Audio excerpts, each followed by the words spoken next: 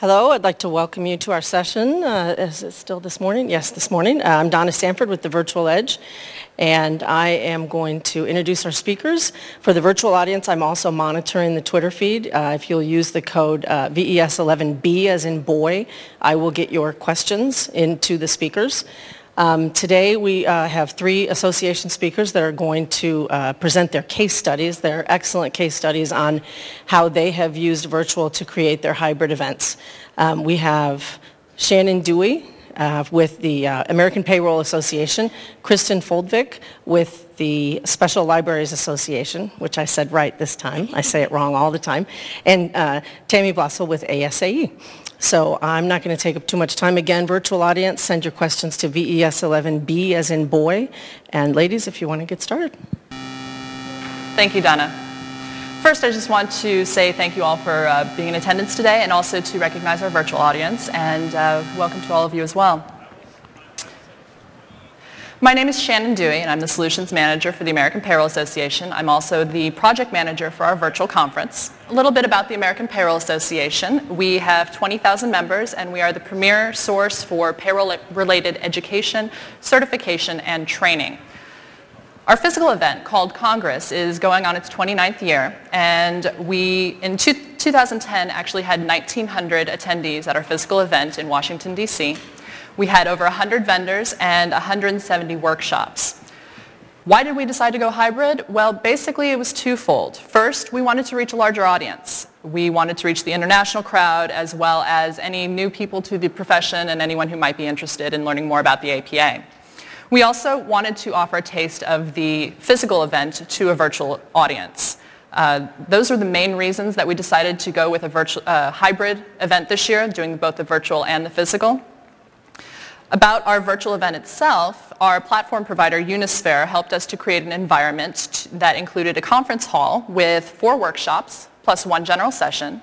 All of the workshops were pre-recorded. 2 of them had a live Q&A, and attendees could actually attend and earn recertification credit hours towards their APA certifications. Also, the entire event was free to all attendees. They could actually get those certification credit hours free of charge by attending the workshops. We also had an expo hall which included 12 booths, 11 of which were vendor booths, 1 for the APA of course, and we also had a networking lounge where people could meet and discuss their products and services and also get to know other professionals within the organization. The event itself was live for 2 days, and it was actually held during the physical event in May. And we had an on-demand period of 3 months following the live dates that we had. When it came to promoting our event, we actually waited to promote the virtual event until after our promotions were over for the physical event. Part of the reason was because we didn't want to cannibalize on the possibility of a physical attendee deciding not to attend the real physical event to go for the virtual one instead. So when our discounts ended in March 31st, we went ahead and started promoting our virtual one on April 1st. We did this with email, social media, we did it with print, and also our vendors who were participating in the virtual event also did so with LinkedIn, Twitter, etc., to get their clients to be interested in the event as well. We also promoted it during our physical event with announcements during general sessions. We did networking by word of mouth. For instance, we would talk to people during dessert receptions, letting them know how the virtual event was going. We also did ads in our conference newspaper. And this was an opportunity for the physical attendees to go home after the show was over, and they could still attend the virtual event and get the credits that we were offering. About some successes and lessons learned. For our event, being that it was our first year doing something like this, we didn't quite know what to expect as far as attendance was concerned, but we did put a goal out there of about 200 people that we would like to see attend. Well, we actually had over 3,479 register. Of that, we had 2,656 actually attend. That's a 76% show rate. Of that, only 7% was an overlap between the physical to our virtual. Only 7% of those physical attendees who attended our event in DC attended the virtual as well. So most of them were a new audience for us in the virtual platform. And something that was very important to us and that we really pride ourselves in is the fact that at one time we had over 5,000 people focusing on our message at one time between the physical and the virtual event. So that was something we were very excited about. When it came to lessons learned, there's a couple of things that we're going to try to do differently. One of which is making sure that you have enough time for your staff and for your production team to be able to plan for a virtual event, especially if they're working on a physical event at the same time. They really need to be able to do things concurrently. There's a lot of material that goes into putting together a virtual event, as we discovered, and it's basically like planning a whole other conference. So we did learn that time was definitely of the essence, and to give them as much as possible. Also, vendors seem to have a challenge sometimes with being able to staff their virtual booth at the same time that they were staffing their physical booth. Sometimes they got around this by having some people that were at their physical booth go back upstairs to their hotel room, and they would stand at their laptop for a few hours, and they would go ahead and be a part of the virtual booth, and then they would swap places with some other people. So kind of tag teaming that way, and it seemed to work well for them. And finally, something for us that we did and worked well for us was that we let our meeting planners work on the physical event, and we let our education team focus on the virtual event. While we did work with our meeting planners quite a bit on some of the advertising and making sure that they were up to speed with what we were doing, the subject matter experts and our education team were mainly responsible for putting together our virtual event. Here's just a couple of images of what you can see with our physical event in comparison to our virtual event. It was done very similarly with Expo Hall and opening area, and it actually worked well for us to have a hybrid event that kind of mirrored both options. Now, part of what made APA's event a little bit different than, say, the events of my co-presenters here is that we did not generate revenue by charging the attendees. We did it through charging the vendors for their virtual booths, as well as charging them for sponsorships as well. And that's where we generated our revenue.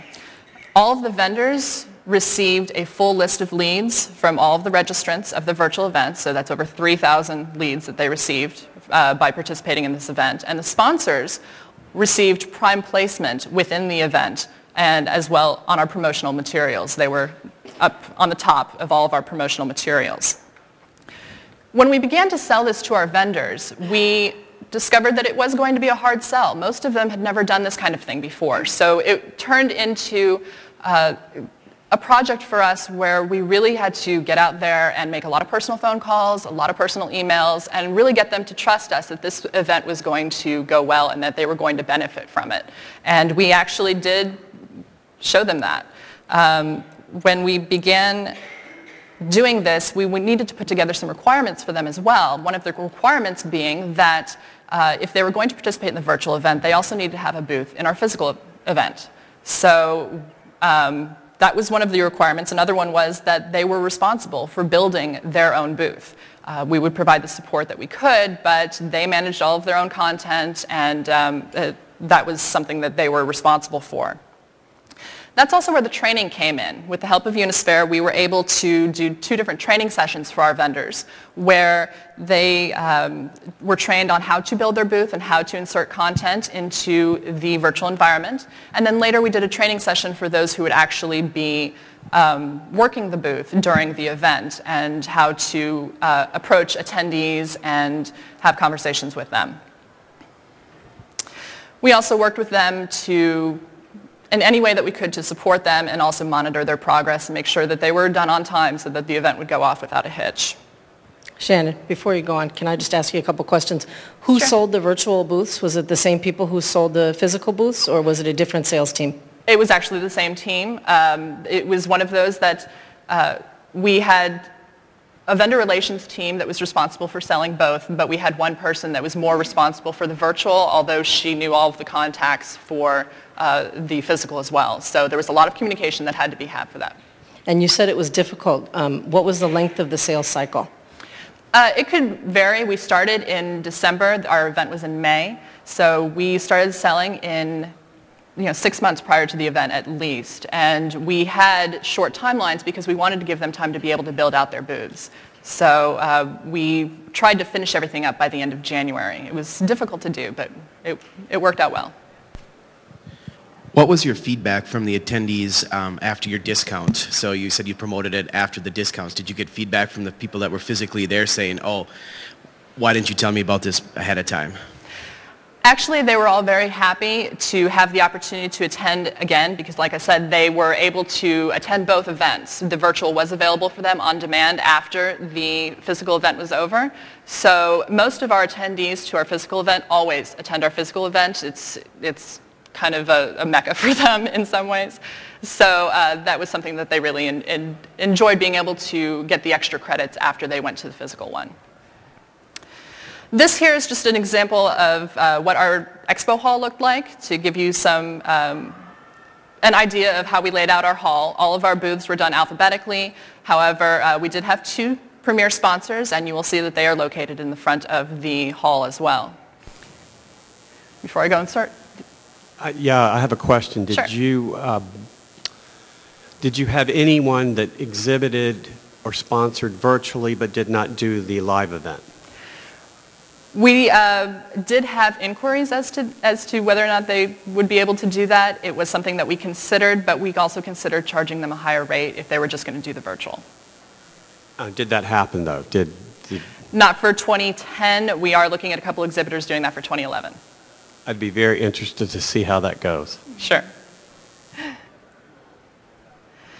And finally, here's just some results as far as what the virtual exhibitors experienced participating in our event. They saw an average of over 700 attendees in their booth, unique booth visitors, who spent an average of 5 minutes in the booth at any given time, downloading any number of white papers, products, even signing up for prizes. So it was a very positive event for our exhibitors as well, and we are getting a lot of positive feedback for 2011, and we're looking forward to another great year. I'm going to turn it over now to Kristen, who is going to talk about the SLA and their event. Shannon, can everybody hear me okay? Uh-oh. Okay. Hi, I am Kristen Folvig. I'm with the Special Libraries Association, and I'd like to also welcome our virtual attendees as well today.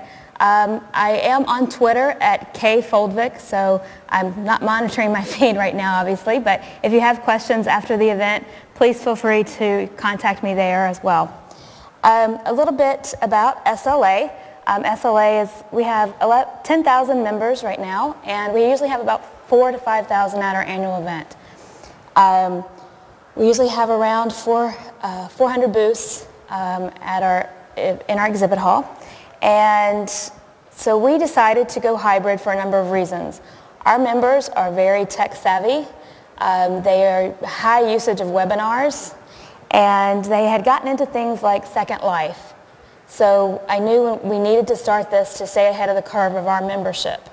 When I first started the process, I will say, from a meeting planner, I was very scared of this whole world of technology for a number of reasons. For, the whole, is it going to take away from our event? I had to work on that aspect. You had to learn the technology. You have to learn the terminology.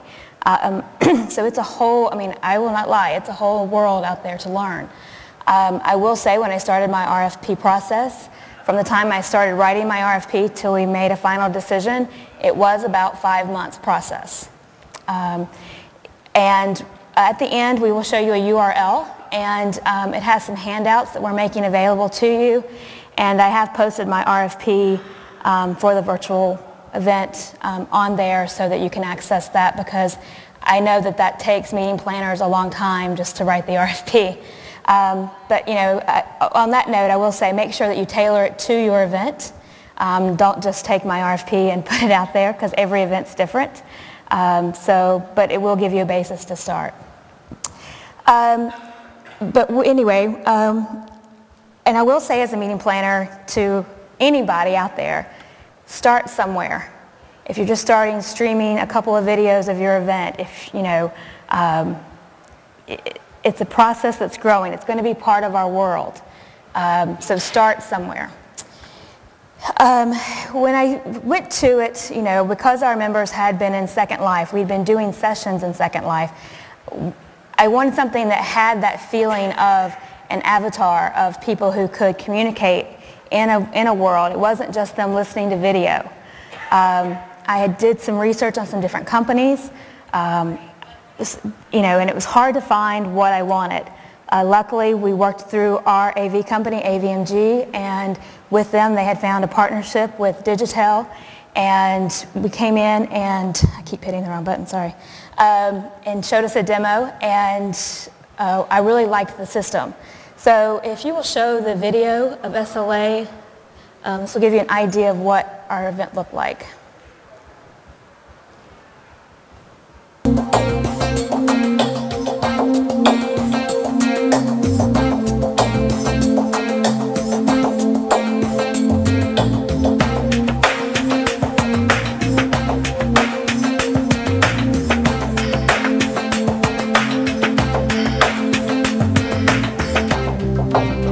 As you notice as the video is going along, in our virtual world we had a Twitter stream that was available so that people could follow in world what was being said on Twitter without having to leave it and access Twitter separately. You also see on the screen there is the video of the presenter and the PowerPoint at the same time, or the virtual attendee can change the view and see just the presenter or see just the handouts as they go through it. You have the auditorium that can be branded, you know, to sponsorship, etc. And you see the people, they have their own avatars, it has their name above it, so that at different points during the session, they can actually talk to each other one-on-one in private pockets, through chat, etc. Here we're showing at the end of our conference, our attendees like to dance too, so we invited our virtual attendees to come up on the stage at the end of the conference and they could dance virtually, and then we showed it on the big screen at the closing session so that the members who were there in attendance live could see the virtual audience as well. So they had a lot of fun with that. But this system was very, we got some great feedback on it, and at the end I also have some handouts of our survey results that show what some of our attendees really thought about the environment, and some great feedback that also maybe help you sell it to your board, etc. Like I said, in our environment we had the Twitter feed, we had the virtual presentation, we had the PowerPoint, they had the avatar, they had the chat bar. So it just gave them a lot of time to interact within each other within the virtual world. We also had some people who were on site who were available in the chat to answer, like, you know, what was happening live as well. Like I said, we do have our survey results, and one of the big things that came out of this was that over, let's see, let me make my notes real quick. 75% said that it was an excellent or very good experience for them to, you know, enjoy the 3D experience and the virtual, since they were not able to attend on site. And combined, 92% said that the 3D virtual experience would either convince them to attend in person or at least the virtual conference again the following year. So for us, that was very good statistics. Now, SLA's financial model for this is we did charge for our virtual conference. We offered 10 sessions. That was 8 premier sessions that we call our spotlight sessions, plus we got permission to show our 2 keynotes. So they were 10 sessions and we charged $200. And our attendees thought that was, you know, a decent value from the survey results. And they were able to access that for 60 days after the event. We did learn from last year that we are going to try to make our content available year-round to others who weren't there. And we are packaging on-site registration with a virtual registration this year, because we had some people who wanted to be in that virtual world and be on site at the same time, or they wanted to attend another session and wanted to see that content later. So we are going to offer that package again this year. excuse me. And then also in our survey results, we found that 61% felt that the 3D component enhanced their viewing of the sessions over traditional webinars, over traditional just video streams, etc. Because they had that time to interact with each other. They said in the survey that they enjoyed getting to meet people that they wouldn't have gotten to meet even if they were on site. And they've been able to connect after the event through email, through Twitter, and continue that conversation going year-round. So that was great for our attendees. Some other lessons that we learned that we're going to continue for 2011 is we are going to promote it earlier. Again, when I started this process, I'll be honest, I did not have upper management buy-in or board support. They thought it was going to take away from our on-site revenue. But as an association, you've got to realize that if you start this model right, it's eventually going to become a big revenue stream for you with exhibitors, sponsors, more people attending. So we took a step, and our ultimate goal for the first year was to break even, and we were able to do that just with registrations. We had 2 exhibitors who set up tabletops in our general session room. We had originally built a virtual exhibit hall, but a lot of our exhibitors were so new to it, they weren't buying into it. They wanted to see 1 year. They wanted to see an example of what was happening.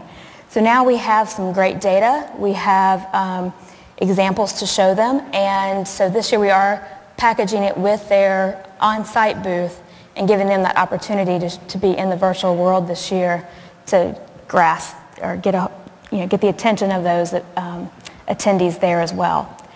Something else that we're trying to eventually get to is having sessions in the exhibit hall year-round so that exhibitors can choose different quarterly times to come in. We'll have a webinar or a session in the virtual hall streaming, which they can watch, and then after that they can go and visit the exhibits, and gives our exhibitors a chance to touch base with the attendees year-round, not just at our event once a year. So that's something that we're trying to get to. It's going to take a little bit of time.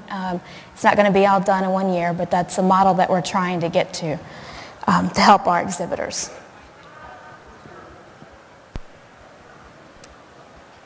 Who is your platform provider for that 3D? Digital. They're here exhibiting as well. And like I said earlier, one of the things that we are going to do is package it with an on-site registration so that they have that option to view it later, and sell the sessions later as well, kind of like you would normally do with your webinars. So those are just a few of the things that we learned from our time doing this. It was a great experience. It does take a lot of time, I won't lie, but once you step out and do it, you'll find that you get some great results from it, and I learned a lot, and I think our attendees really, really liked it. How many attendees did you have? In the virtual? Mm-hmm. Question. She asked how many people did we have in our virtual conference.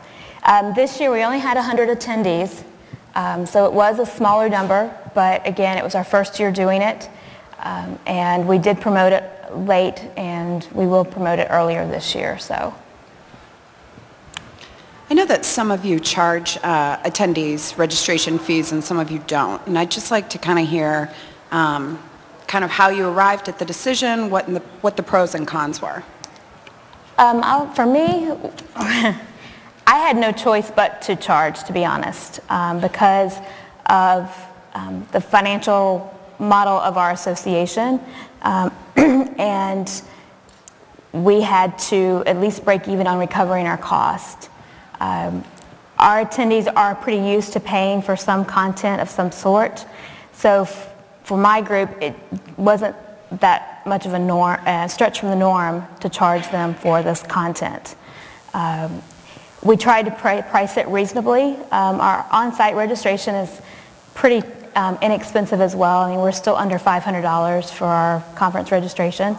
So I had to price it accordingly to that and the number of sessions, but still understanding that, for me, I I felt like giving it away was taking away some of the value of it just a little bit, whereas if we were charging a minimum amount that if people were even having to pay for it themselves, wasn't going to break the bank.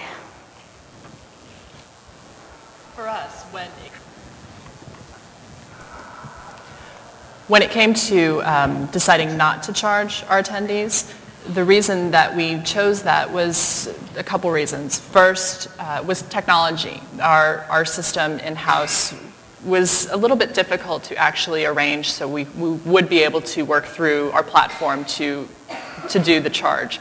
Also, we wanted to offer something that would gather an audience, especially our first year. We weren't exactly sure how the event was going to go, being this was our first time. So we wanted to give our attendees the opportunity to experience something new that, you know, sometimes we do give away webinars and that kind of thing on a regular basis. So we kind of lumped in around those lines, was that we would go ahead and do it for free so that they could experience the event. And, you know, we might look at charging it for an extended content in the future, but right now we're happy with the model we have.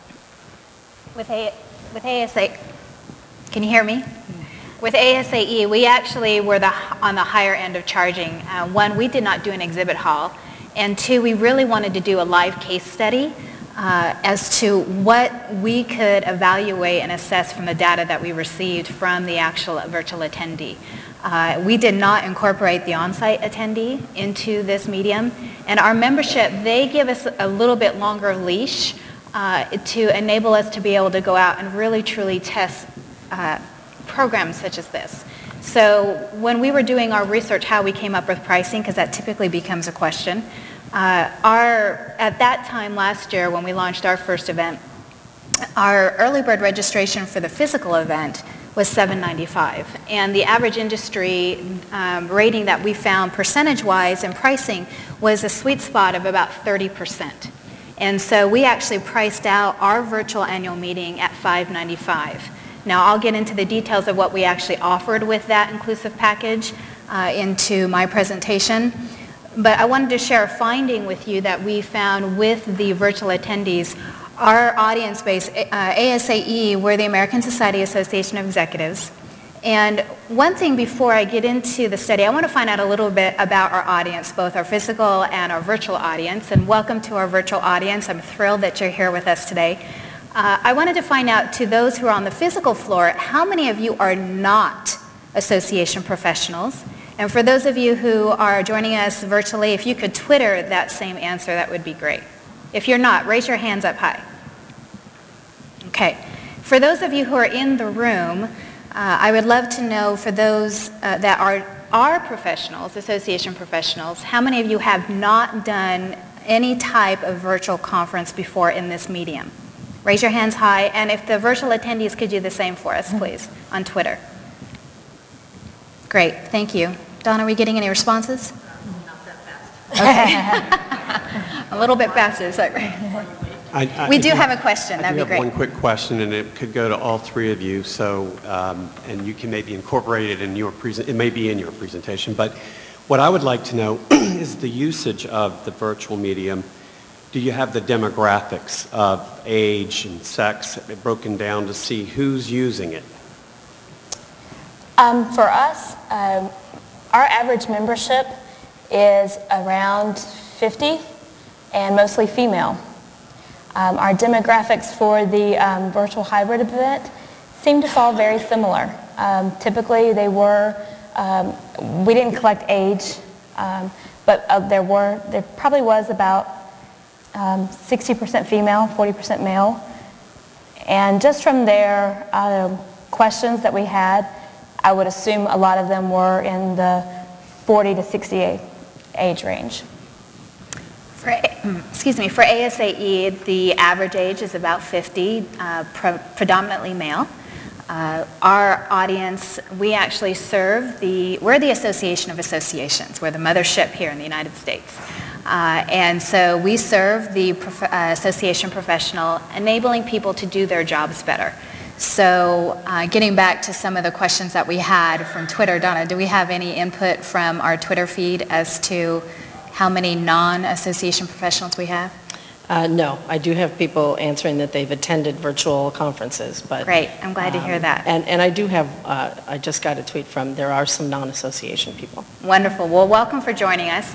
Back to your question, sir. We find that within our demographics that it's primarily CEOs and senior level executives who attended our virtual event.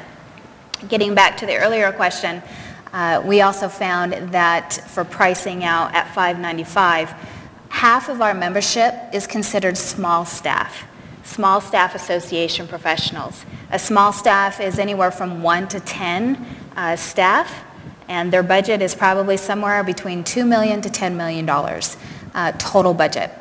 And our small staff rated our virtual annual meeting, our first meeting that we did, a 4.6 on a scale of 5, which is phenomenal.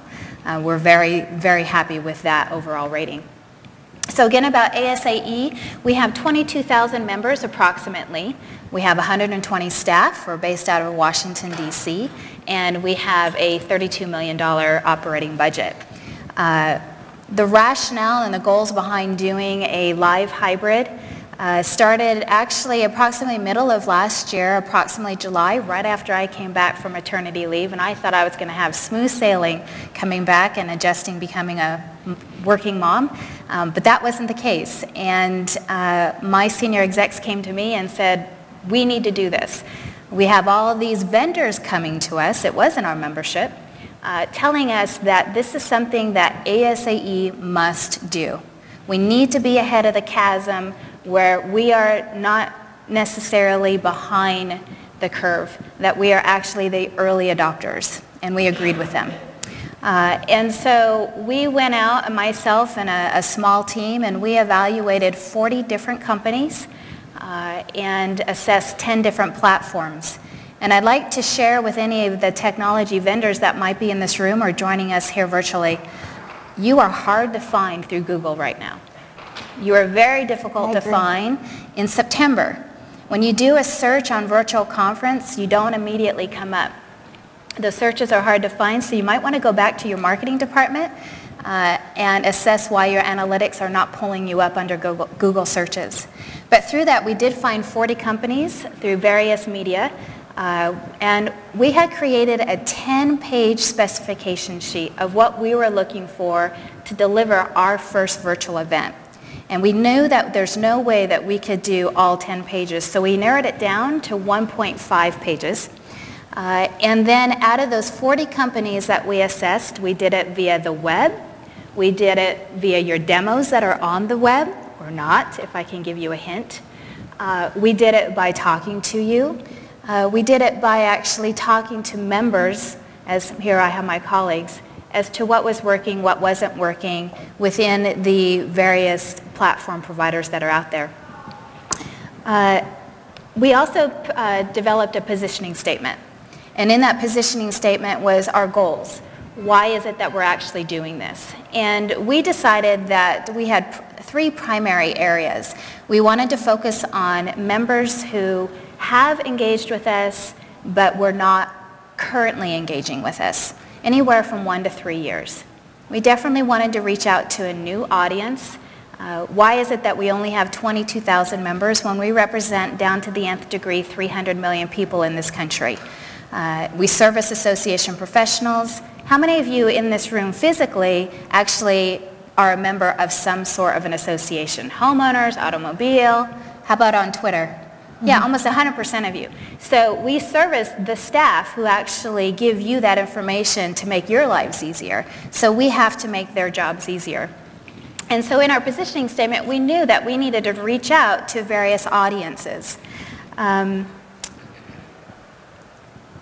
our development time, we started in September and we went through January to do our data research and working with, or looking for these different technologists. Who is it that we were going to actually work with ASAE? And a little bit about ASAE, because of who we are, we also recognize the fact that when we partner with someone, our membership looks at that very, very seriously. And so we can't just go out there and make a very quick decision. We have to do our due diligence. In February, we brought in 6 top candidates based on our specifications. And then in March, we actually did our selection. And we selected Viva Creative based out of Rockville, Maryland. They are a full production suite provider. And our platform provider is an Expo. And one thing we found during our research stage was that originally we were planning on just going with a platform provider and that we were going to do it all ourselves. And I'm so glad we did not. I'm very grateful that we ourselves took the time to really understood what it meant to work with a physical event prior to actually doing the virtual event. It takes so much time, and we keep hearing this over the last 2 days, how much time it really takes to pull off a virtual event. And if you do it right, you're going to excel. And if you don't, it's hard to get those members or those customers to come back to your event, whether they be a sponsor, an exhibitor, an advertiser, or an attendee. And so we decided midstream that we were looking for a full production suite provider. Well, what does that mean? Viva Creative, our partner, they are expertise in physical events. They know how to pull this off here physically in Los Angeles. Or excuse me, that's where we were last year, in Las Vegas, here at the MGM. But they also recognize the value of creative design, of the marketing component, and working with companies like InExpo or 6Connects or Digitel or Unisphere, all the various different vendors that are out there of the programming that it takes to talk that technical language. And I needed that very quick, and I needed it fast, and I needed someone who had the experience to do that. And we found that through Viva Creative and InExpo, they were able to provide those services for us. We had our initial kickoff in April, and we planned out our scope of our project and our project schedule. And then in May to July was design, development, implementation, beta, and then the first week in August was launch. And we actually opened up our event 1 week prior to the actual physical event. We wanted our virtual attendees to feel comfortable in the environment that they were coming into. For our members, even though many of our members are tech savvy, and I see some of our members here today on the physical floor, and I hope that you're joining us virtually as well. You're tech savvy, but we also recognize that many of our members have never had an experience like this. And so we wanted it to feel safe, we wanted it to feel comfortable, and we wanted to personalize it. And so we gave a 1 week orientation where you could come in as an attendee, feel comfortable, get your feet wet, look at your profile, make sure your information was correct from downloading it from our membership profile, our membership database, and then be ready to jump in when the live event started. We also pre-populated our event with programming from past events. We heard from Dan Pink yesterday. We also have had Dan Pink come and present to us, as well as Guy Kawasaki. So we uploaded presentations that we knew would do well for a draw for our virtual attendees. One of the aspects of our event execution I mentioned to you was the personal experience. And I know that these snapshots are a little bit small for you to see, but we really wanted to focus on branding this as the virtual annual meeting. And so it wasn't a standalone product, it wasn't a subset, it was our virtual component to the annual meeting. And so we gave it the same look and feel of our annual meeting. Our annual meeting has its own microsite. And so if you can see in the top left-hand corner, whether on your screen or here on site, that is actually our annual meeting webpage. If you look in the top center of the screen here, that is the main hall of the virtual space. So our branding, our fonts, our logos, our colors, everything is exactly the same, whether you're on the web or whether you're accessing the virtual annual meeting. And we will continue to do that in any event that we offer because, why? It's that same experience. It's comfort. It's ease of use, ease of navigation. We also wanted, again, to personalize it. We wanted our attendees to feel comfortable. I'm Velma Hart, and I am the 2009-2010 Chairman of the ASAE Board of Directors. And welcome to our virtual annual meeting. As much as we'd like to see you here in Los Angeles, We understand that you may not be able to join us on site, but we're thrilled to have you join us through this virtual platform. This is your gateway to the same unmatched networking and top-notch programming that will be presented in Los Angeles. We've opened the doors just a little early so that you might preview this virtual event. You're about to enter the main convention hall lobby, a place we'd like to call home. From there, you can navigate the space by clicking the doorways to the rooms you'd like to visit, or you may use the text links in a navigation bar at the top of the screen. Please take a few moments to complete your profile and take a look around the site. I'd also like to invite you to view a special message by John Graham, who is President and CEO of ASAE. That can be found in the sessions area. If you have any problems, any questions, leave a message at the help desk. The live event will begin August 21st. Until then, have fun. So we created an ambassador, and we used our volunteer, our board of directors, our chairman of the board, Velma Hart, at that time to do so. When individuals logged in to the event for the very first time, they were experienced this welcome from Velma Hart. When they logged in for the very first time, when the live event actually began, Velma then came on and she gave a new message to them. And the same for the archive period. We used green screen technology for both Velma, that you just saw, using the studios in Rockville, Maryland. And as she had mentioned, we also did a welcome message from John Graham, our CEO, which was actually in the auditorium, as we refer to it as sessions, or the session hall. And that was actually one of the top highly hit recordings in the entire event, was from our CEO. It was very important for us, for our members and our attendees, to feel comfortable and to feel connected as we have our virtual attendees here as well. The biggest surprise for us in doing this, you really try to plan it out. We've heard that time was a huge factor. I remember working 18-hour days. I'll give you an experience. It's going to bed. You should never go to bed working on your laptop, but how many of us actually do that? I went to bed one night working on my laptop, and my husband woke up the next morning and I was still working on my laptop. And there is an incredible amount of dotting the I's and crossing the T's and the logistics to pull this off, especially the first time out of the gate, because you're creating all the templates, the tools, everything that you're going to use to repurpose, which is what you want to do for your next event. And even if you should not do an event, you want to launch it out so that you have that data, those resources, because you could repurpose it into some other virtual component that you might offer hereafter.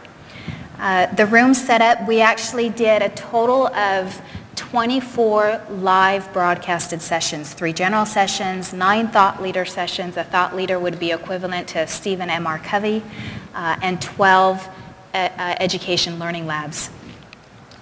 I just want to monitor our time. Okay, we have just a couple minutes.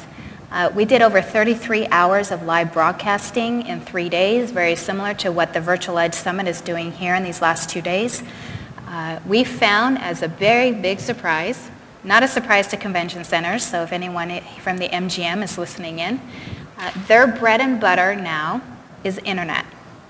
And when you're doing an event like this and you're streaming it live, one of your highest costs is going to be the hardwire feeds that are necessary to pull it off.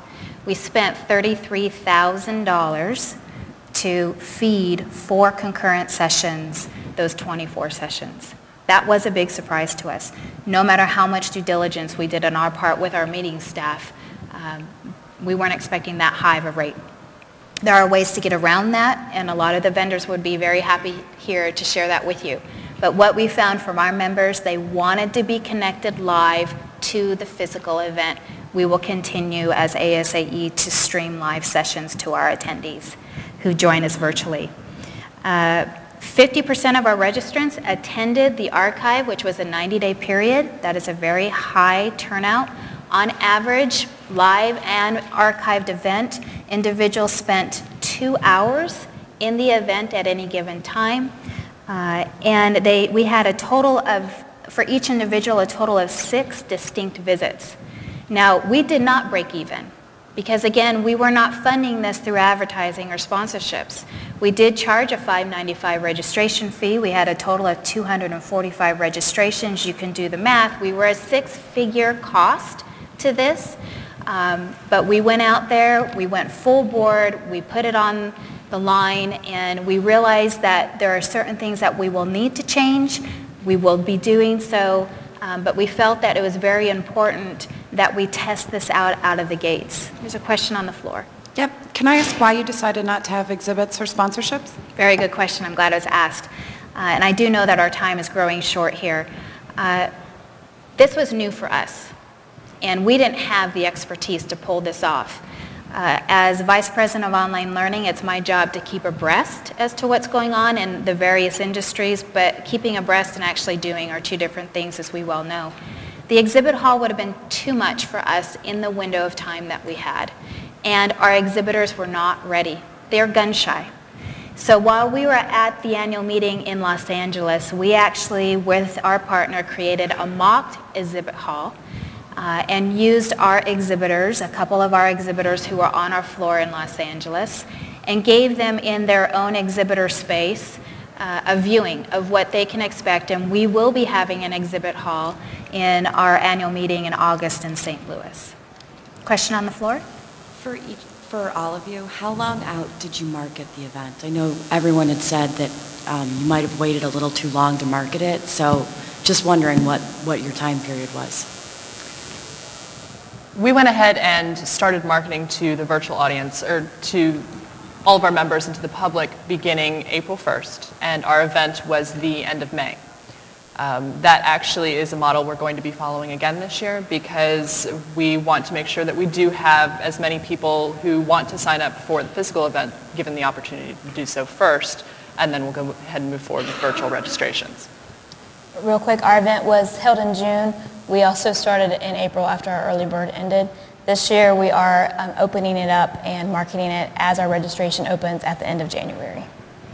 And for ASAE, we actually, the marketing of our physical event started months in advance, and so we were trying to catch up. It almost became a stepchild, unfortunately, for the virtual annual meeting. So the word wasn't getting out there fast enough for us to be able to bring those registrations in. That will not be the case this year. They will definitely be in tandem of each other, creating that marketing strategy. I've already met with my marketing team.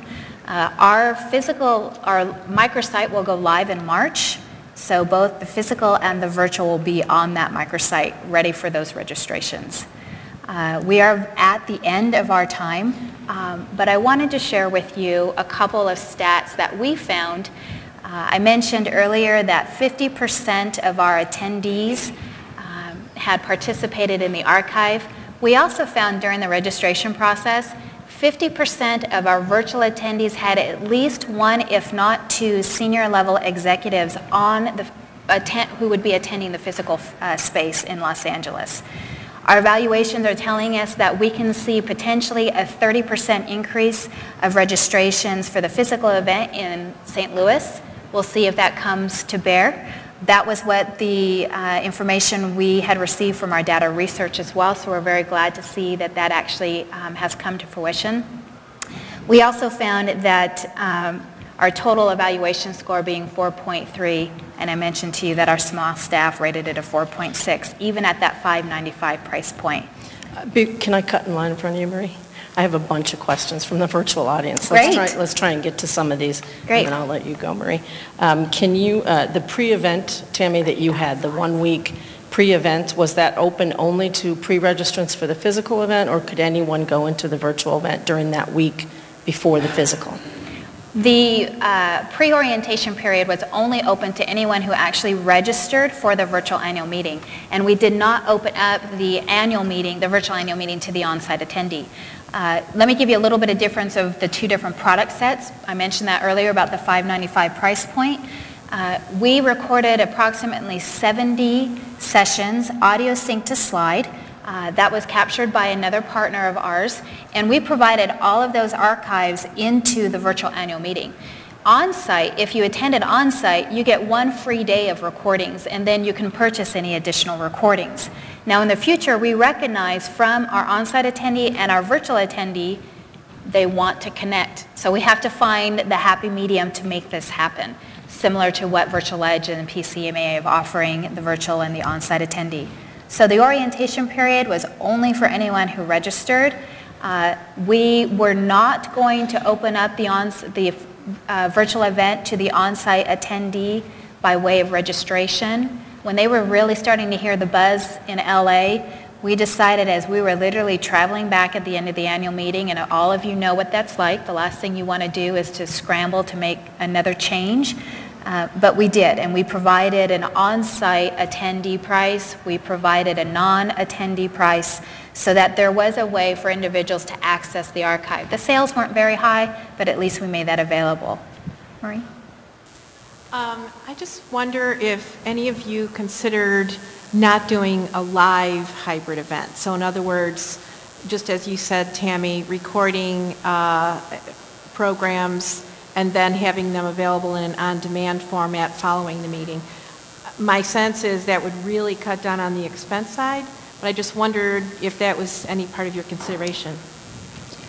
That's actually what we did. We didn't do any live streaming of our events. We pre-recorded all of our workshops months in advance with the speakers, and then we did have a general session from our physical event that was being recorded the day before, and then we uploaded it to the virtual environment for availability on the second day of our 2-day live event. It saved on cost for us. For us, it wasn't our members really liked the networking, and so they wanted to have that interaction to feel like they were part of our annual event. One way that we saved on cost was working with our AV company to actually have the event in our general session room so that all the sessions that needed to be recorded live already had all the video equipment in the room, and then it was just broadcast out from there. Therefore, we didn't have to set up another room with cameras, lighting, etc. And for ASAE, we seriously contemplated that because we knew that the costs were going to be less. We just didn't know exactly how much at that time when we got that $33,000 price tag. For us, we recognize that our members want the real thing at the real time. And a direct quote, I'm not kidding, one CEO who could not make it, she was really disappointed she could not make it. She had a conflict come up, and she goes, I cannot tell you what it was like on Sunday morning to get out of bed, be in my bunny slippers and watching live. And so we know that we're going to continue to stream live. Providing a semi-live or an at-live is definitely an option that we'll look at for just the virtual attendee and future conferences, but I know that we'll continue to stream live. Okay, thank you. Let me ask you one more from the virtual audience. I'm sure it comes up with other associations. Was it difficult for you to convince your keynote speakers to have their information posted publicly? I can answer this one pretty well.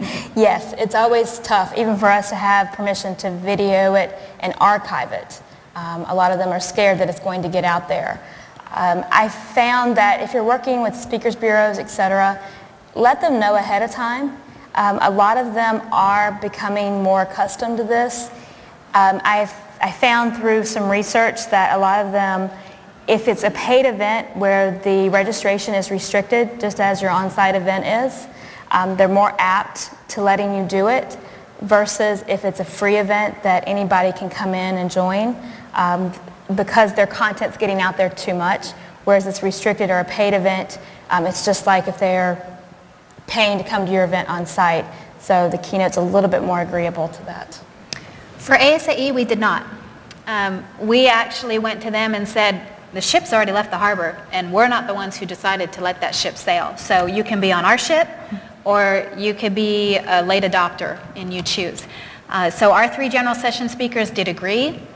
We had a total of 12 thought leader sessions, and 9 out of the 12 agreed.